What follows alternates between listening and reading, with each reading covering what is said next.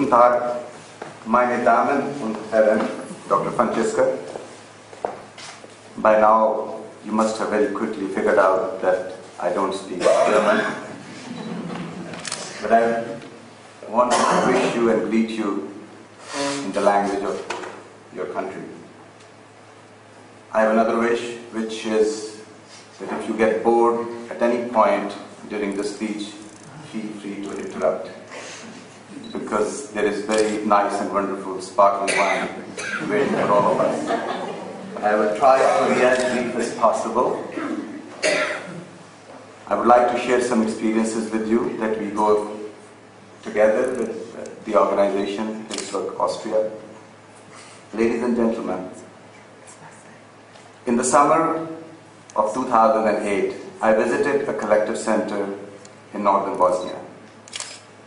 The roof had just burned and all persons living in the temporary housing complex had died. The old building was empty. There was nobody there except for one woman, old woman. I approached her. With hopelessness, she said that she didn't want to go anywhere. All the people who used to look after her had left, but she didn't think that there could be any place where she could go and her life could change.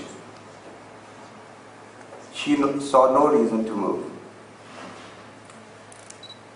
Ladies and gentlemen, for me it is a great pleasure to address you at this donor conference organized by Hilfswerk Austria.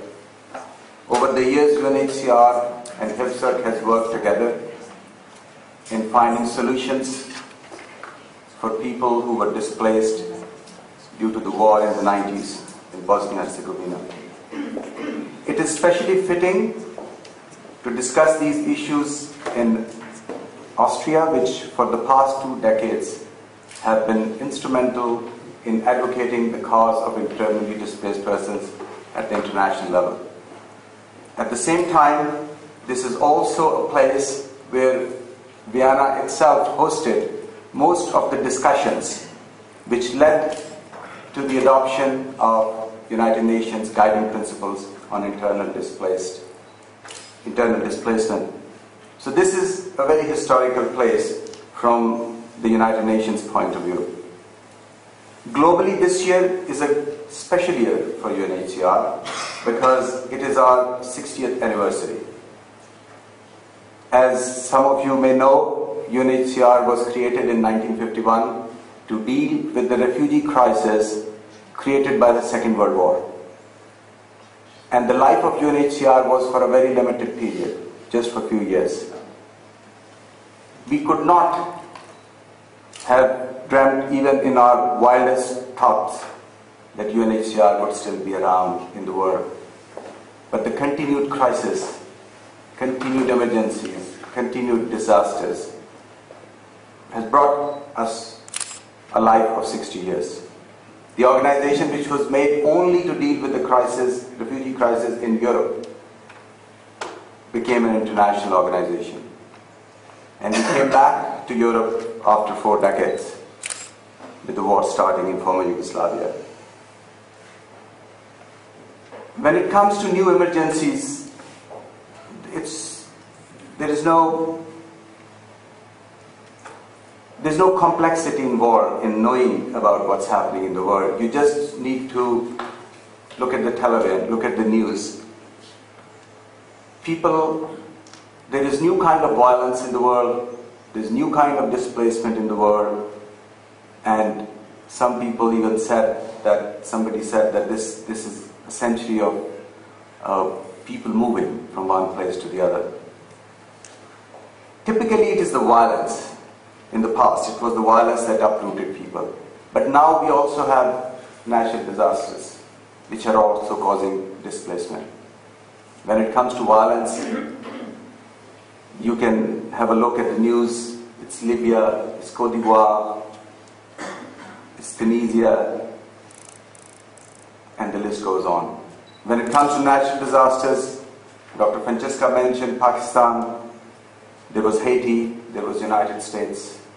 So a lot of difficulties have left a lot of people without any shelter, food, and basic facilities that people like you and me take for granted in life.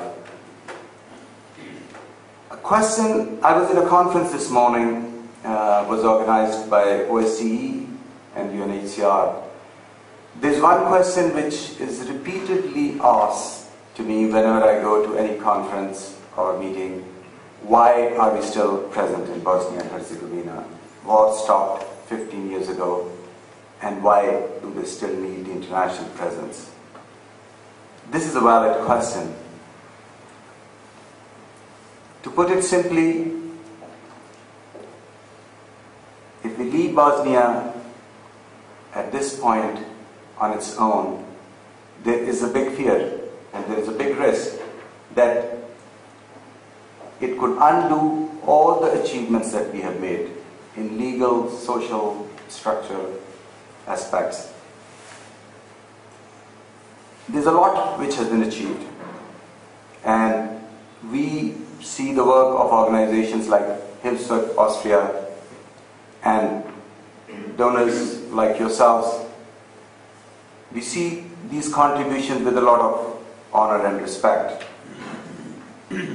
What is happening in Bosnia today? Let me just turn to that. In 1995, international community created a Dayton peace agreement which stopped the war in Bosnia. And according to that agreement, the parties agreed that people will have the right to return to their homes of origin.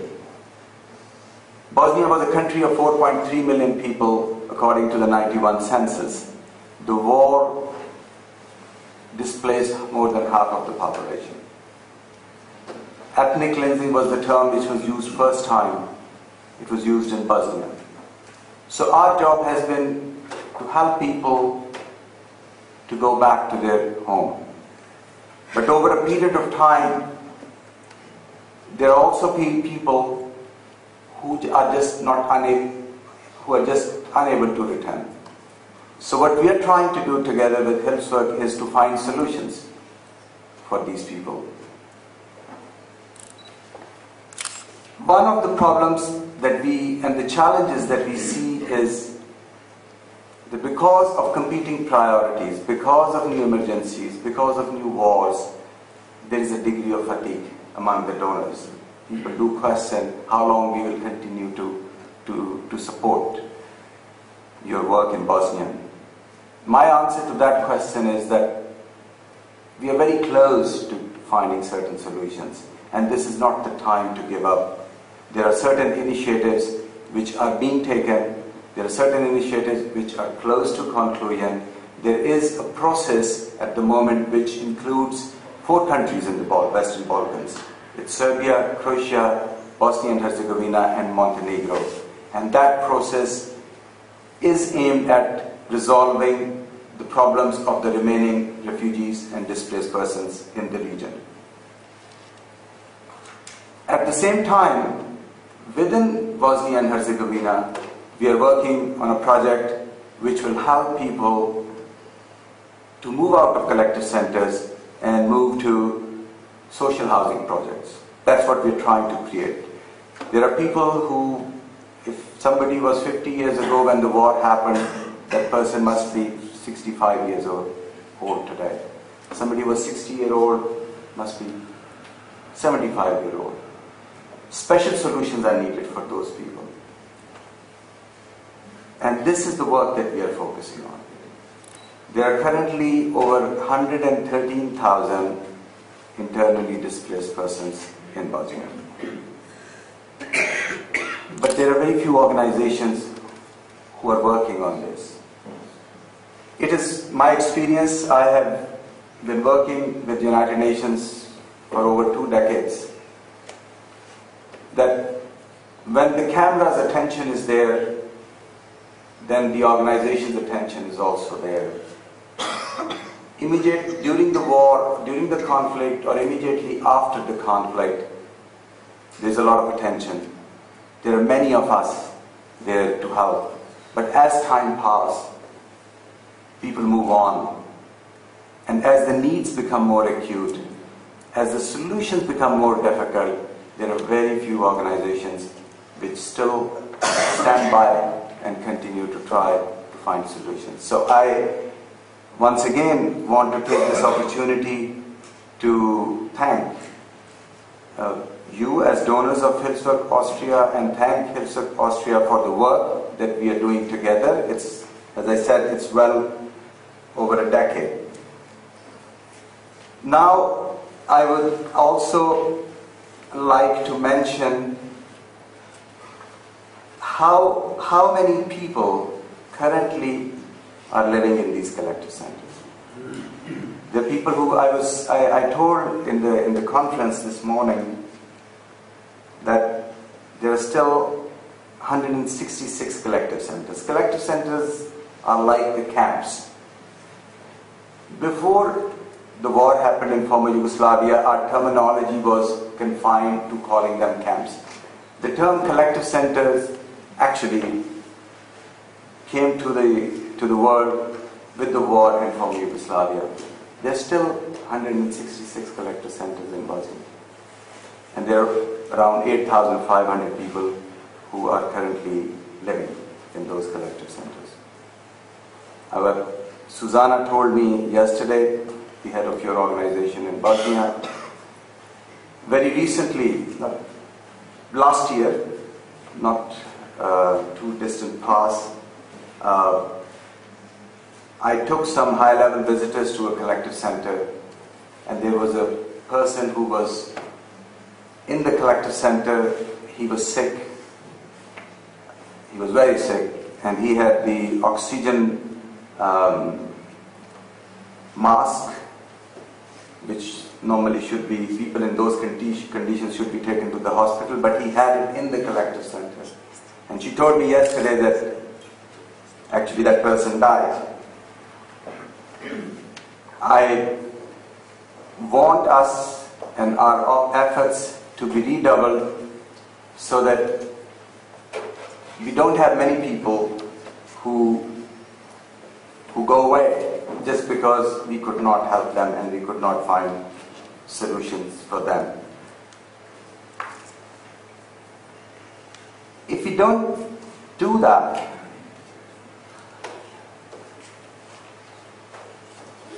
there will be nobody to help these people. And that's why when my colleagues asked me to come to this conference, I took it as an unusual opportunity.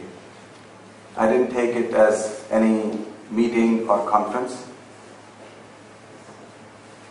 because there are very few organizations currently present in Bosnia who are trying to help these people.